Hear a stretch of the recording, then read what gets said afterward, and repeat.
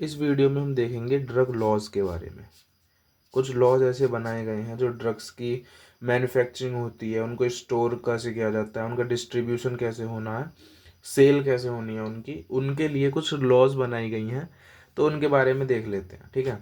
There are certain laws, rules and regulations. कुछ laws, rules and regulations बनाए गए हैं to maintain safety of sick persons, ठीक है, which concern with manufacturing, storage, distribution and sale of drugs. जो sick persons की safety को maintain करने के लिए बनाए गए हैं, जो बीमार लोग होते हैं उनकी सेफ्टी को मेंटेन करने के लिए बनाए गए हैं। और किससे कंसर्न होता है?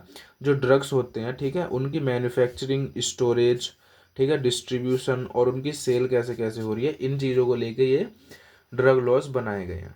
Each and every individual has a fundamental right to take treatment to maintain health normal when someone falls sick। जब कोई बीमार होता है तो इंडिविजुअल के पास, हर हर इंडिविजुअल के पास ये अपना अधिकार होता है, राइट होता है कि वो अपने आप को ठीक करने के लिए एक अच्छा ट्रीटमेंट ले, ठीक है।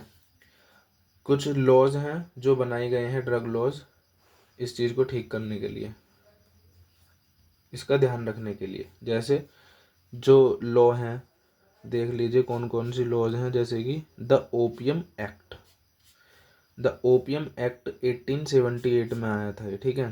द पॉइजन्स एक्ट 1919, ठीक है।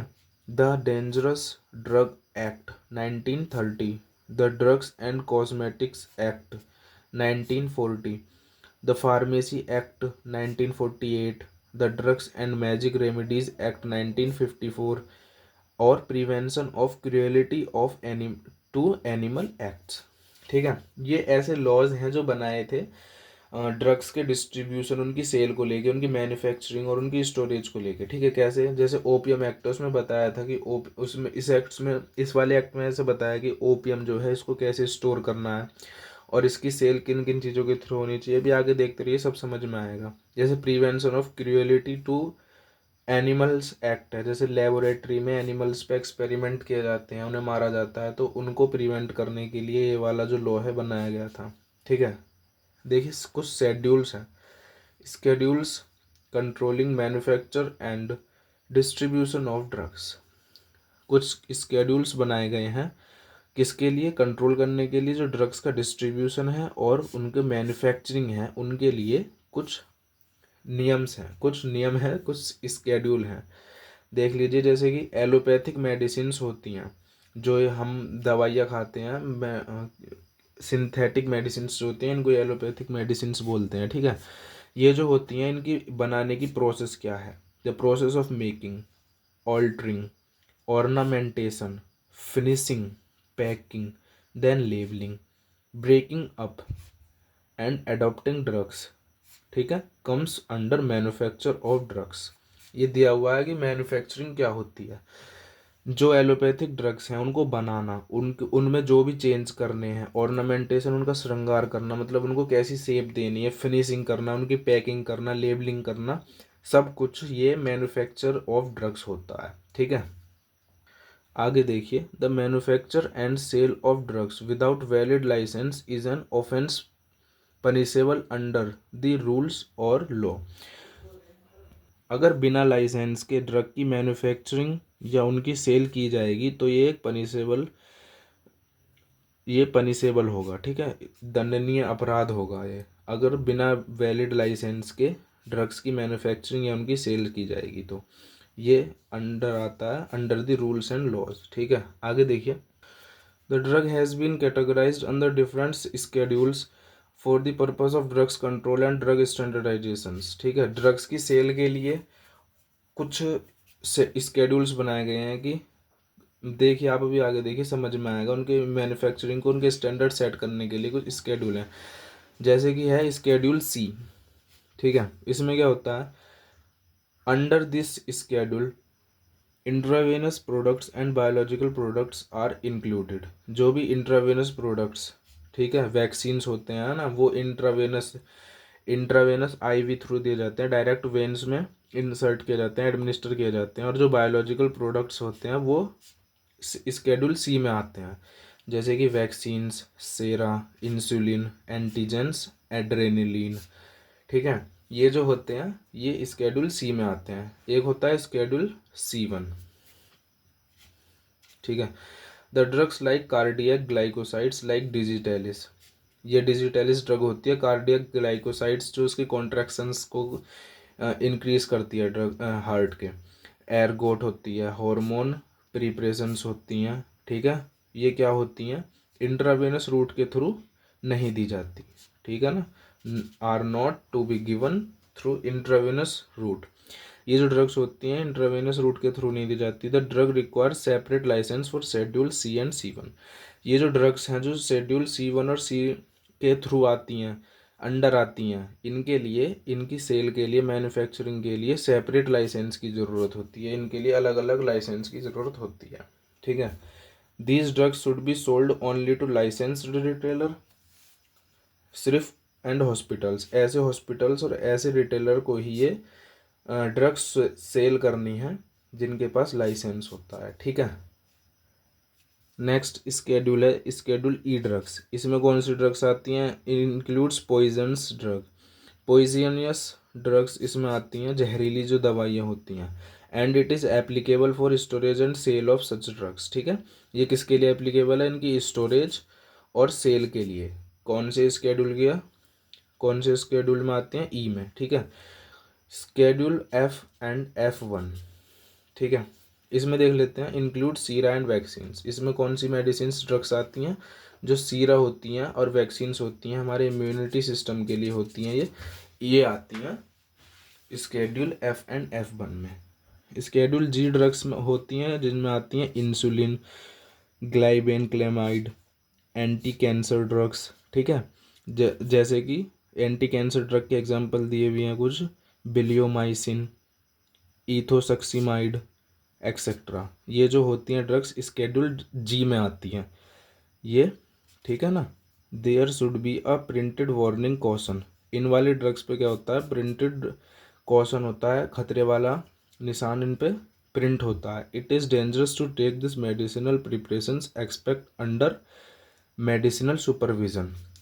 बिना किसी फिजिशियन, बिना किसी मेडिकल सुपरविज़न के बिना ये दवाइयाँ लेनी ठीक नहीं होती, ठीक है ना, क्योंकि इनके एडवर्स इफेक्ट्स हो सकते हैं बॉडी पे ज़्यादा। स्केड्यूल H ड्रग्स होती हैं, इनमें देख लेते हैं कौन कौन सी ड्रग्स आती हैं। लेबल्ड वार्निंग ड्रग्स होती हैं ये, ठीक है। To be sold on the prescription of a registered medical practitioner.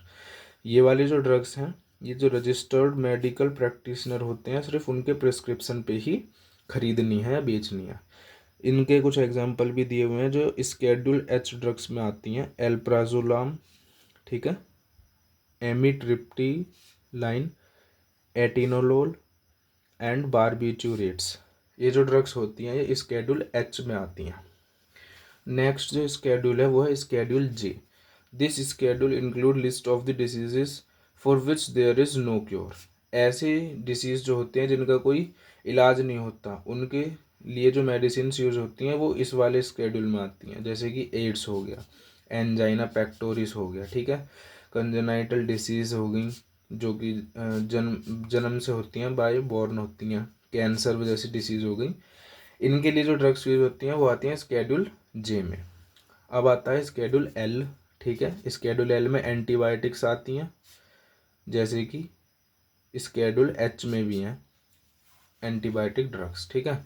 Schedule X drugs होती हैं, इनको साइकोट्रोपिक ड्रग्स भी बोलते हैं। स्केड्यूल X ड्रग्स में साइकोट्रोपिक ड्रग्स आती हैं जैसे जो CNS को, सेंट्रल नर्वस सिस्टम को अफेक्ट करती हैं, जैसे बारबिट्यूरेट्स, मीथाक्यूलेन, एम्फिटामाइंस, ग्लूटेथिमिड, ठीक है, ग्लूटेथिमाइड एक्सेट्रा। ऐसी मेडिसिन किस में आती हैं, साइकोट्रोपिक ड्रग्स में, शेड्यूल X ड्रग्स में।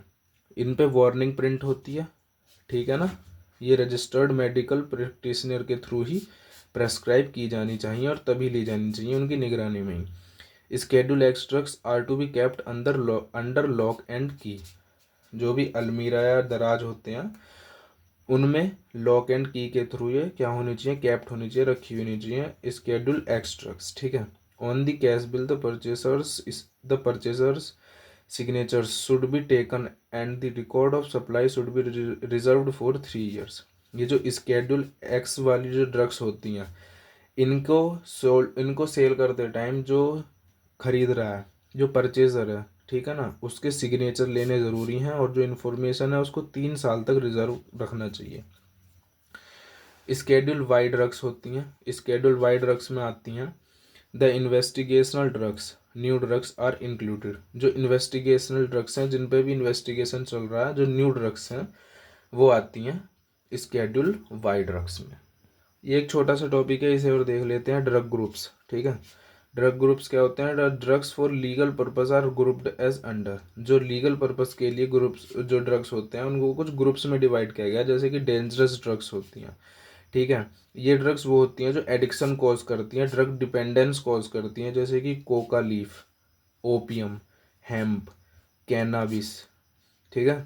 और जो इनसे बने हुए प्रोडक्ट्स होते हैं, ठीक है, ऐसी जो जो इनसे बनी हुई ड्रग्स होती हैं, इन सब से वो किस में आती हैं? डेंजरस ड्रग्स में। ऑफिशियल ड्रग्स होती हैं। ये ड्रग्स क्या होती हैं? जो इंडियन फार्माकोपिया में एक्सेप्टेड है। इंडियन फार्माकोपिया हमने पिछले लेक्चर में डिस्कस कर चुके हैं, ठीक है ना। जो इंडियन फार्माकोपिया है उसमें ऑफिशियल ड्रग्स के तौर पे जो ड्रग्स एक्सेप्टेड हो चुकी हैं वो ऑफिशियल ड्रग्स होती हैं। OTC, over the counter drugs, ठीक है।